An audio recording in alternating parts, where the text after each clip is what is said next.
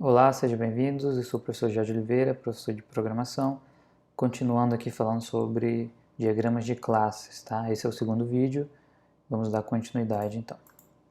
No diagrama de classe, para a gente ter uma noção de como é que eles podem ser aplicados no dia a dia do desenvolvimento de software, desenvolvimento de sistemas, eles têm também um múltiplo propósito, né?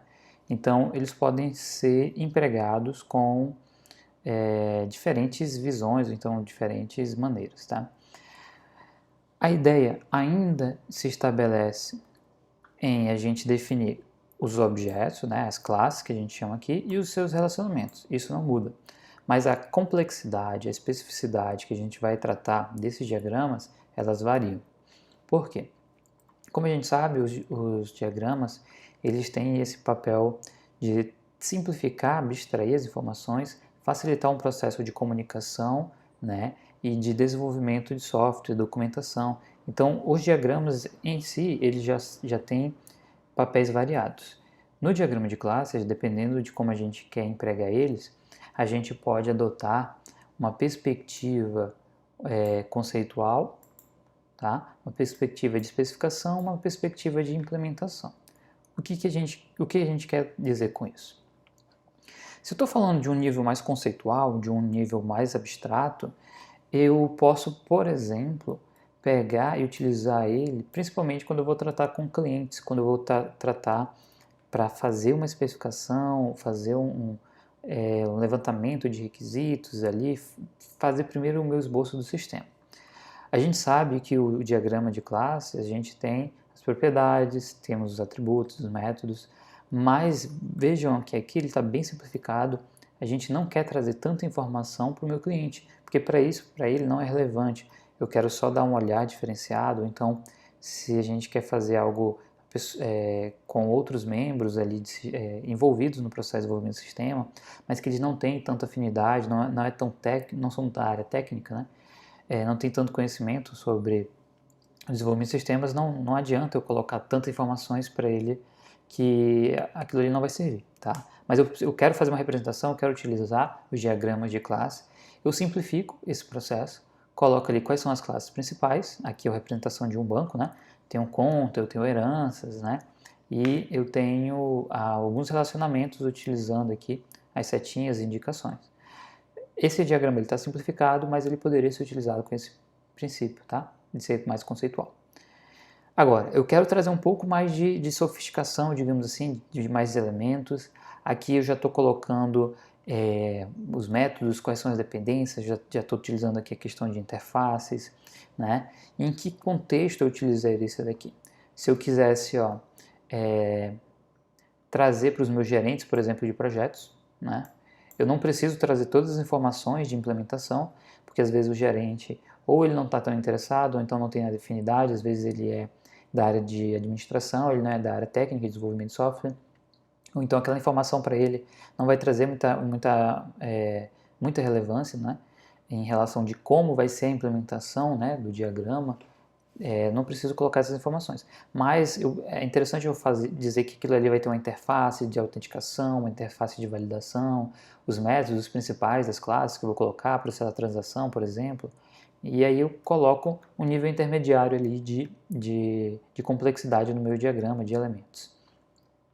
Agora, eu quero utilizar algo que fosse para implementação, algo que já é mais para o desenvolvimento do software em si.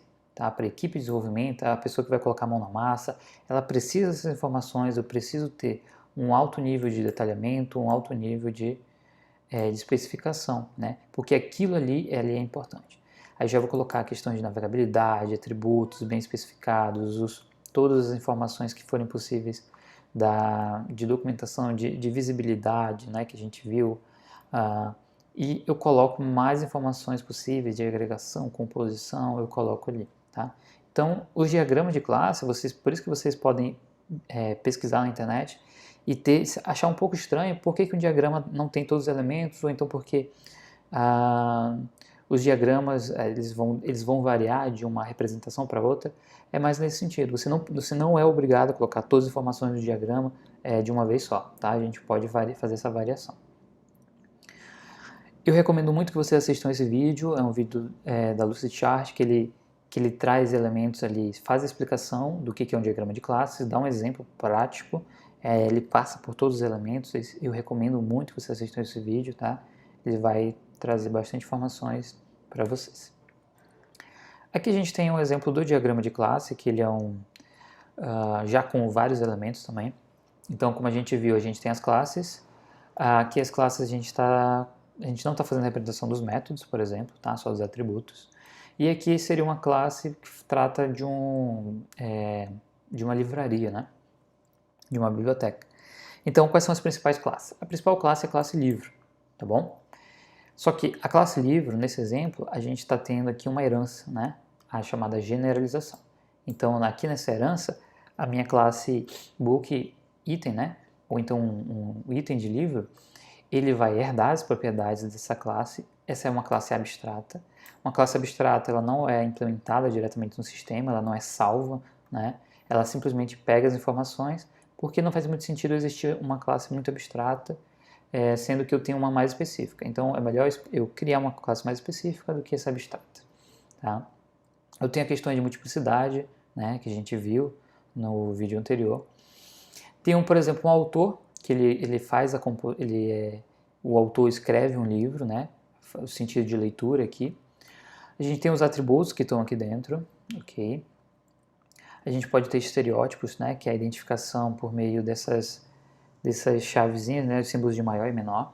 Eles trazem uma informação aqui, que é uma entidade, a entidade que é uma classe concreta, digamos assim. A gente tem aqui um outro estereótipo de interface, então aquilo é uma interface e aquilo é uma numeração, então a gente tem esses estereótipos. A gente tem essa linha de associação, né? Temos a multiplicidade. A gente tem a agregação aqui, né? Aqui a gente tem uma agregação. E a gente também tem a composição. A agregação é um tipo de relacionamento mais fraco, né? E a composição é um tipo de relacionamento mais forte. Se eu destruo a livraria, eu destruo o catálogo de livros, né? É nesse sentido, tá bom? Bom, a gente também tem aqui outros tipos de relacionamento não tão utilizados, mas a gente vai passar por eles na aula de hoje, que é o relacionamento de dependência e de realização, tá? O de realização a gente é uma espécie de contrato, e de dependência a gente vai ver que é uma espécie de quem instancia, que classe instancia qual, tá? Bom, a gente aqui falando um outro exemplo, tá? Que eu quero trazer para vocês, em relação a uma compra, né? A principal classe aqui é a classe conta, né? E nessa classe conta a gente tem um carrinho de compras. Então eu tenho o usuário ele tem uma conta, ele vai ter um carrinho, esse carrinho ele vai ter os itens eles estão relacionados a um pedido, e a gente tem aqui os relacionamentos.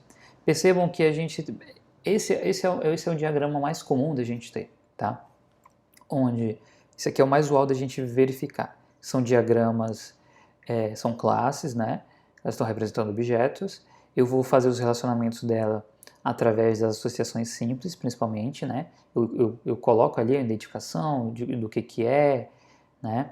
Percebam que aqui a gente nem tem a identificação, só o fato deles estarem relacionados para a gente já está bom.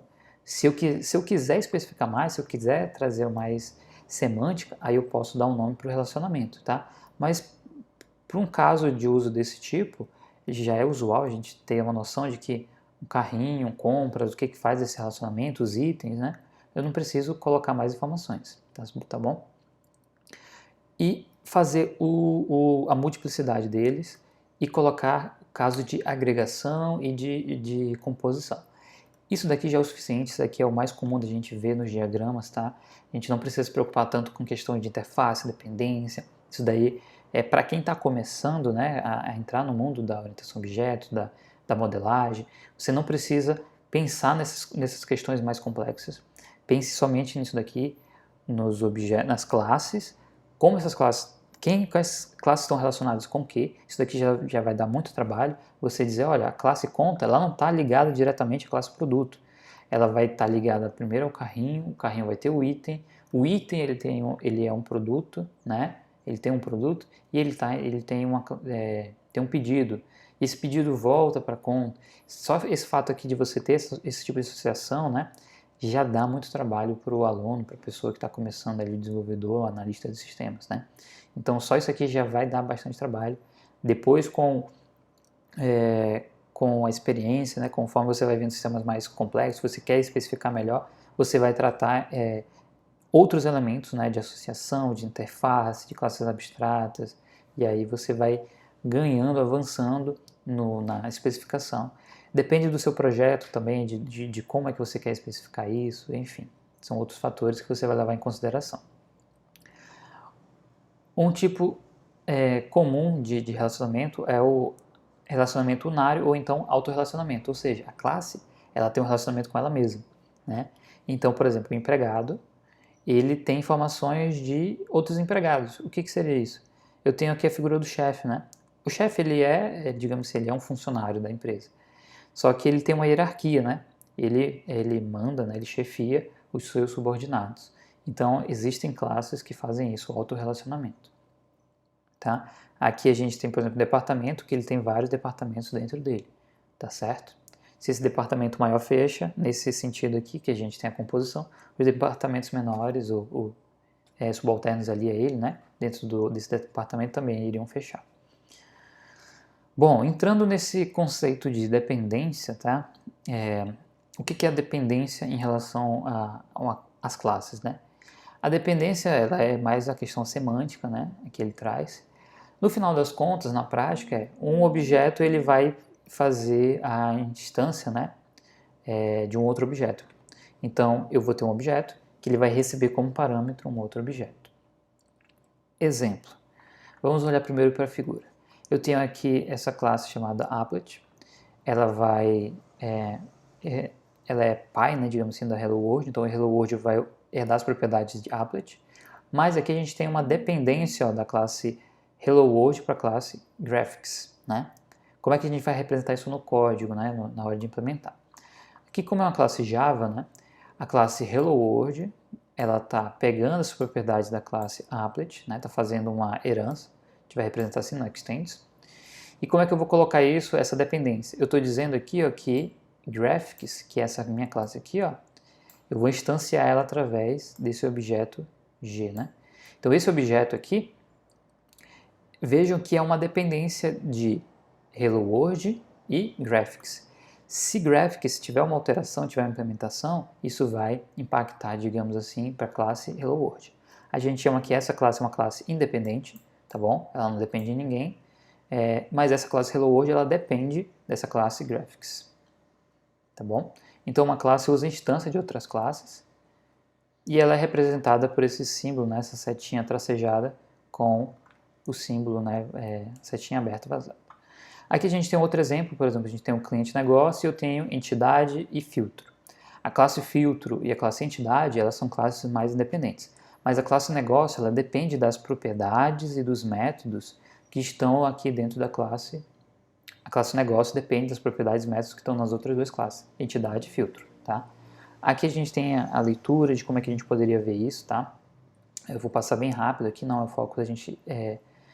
como eu falei para vocês, matar todo o assunto, exaurir todas as nossas informações, porque esse tipo de relacionamento ele vai vir naturalmente com a questão do avanço da experiência. Não precisa se preocupar tanto no início, tá? Em fazer esse tipo de representação. Outro tipo de relacionamento que a gente tem, um pouco mais avançado, é a questão de realização. A gente vai fazer realizações principalmente em casos de uso e quando a gente tem interfaces, né, entre classes ou componentes. A gente vai fazer um contrato, né? Quando a gente está falando em contrato, a gente está falando numa questão de interface, né? É uma ideia da orientação a objetos. Você dizer quem é que está implementando, quem é que tem as regras de como deve ser feito e tem uma classe que vai implementar aquelas regras. É um complemento ali que a herança ela não consegue integrar, né? Implantar, digamos assim. A gente tem a figura da interface, ela é representada por esse triângulo aqui, ele é parecido com o de herança, tá bom? Mas percebam que a setinha ela é tracejada, tá? Então, vejam só, eu tenho uma interface, quando eu estou tratando de duas classes, eu tenho uma interface, tá? Que está fazendo aqui implementando uma regra, tá bom? Então aqui eu vou ter adicionar regra, explicação, eu vou ter várias, aqui é um atendente, agente de regra, deve ser uma IA, né? Com as regras aqui do sistema. Bom, eu vou ter várias regras ali, como se fosse um contrato, e aqui regras de contabilidade vai implantar todas as informações que a interface vai definir. A interface na orientação objeto, explicando de maneira bem sucinta, ela vai definir quais são os métodos, né? Não tem atributos, ela simplesmente define os métodos e obriga quem for utilizar aqueles métodos a serem implantados, faz uma espécie de verificação. Se você não implantar um desses métodos, a sua interface ela não vai estar validada, digamos assim. Então, as regras de contabilidade vão receber essas regras, elas é obrigado a implantar isso para uma questão de validação do sistema, tá bom? Mais informações, por favor, vejam os comentários aí, coloque, vejam os referenciais também e estamos à disposição aí para mais informações. Mais uma vez, obrigado por ter assistido aqui esse vídeo, tá bom? Até mais.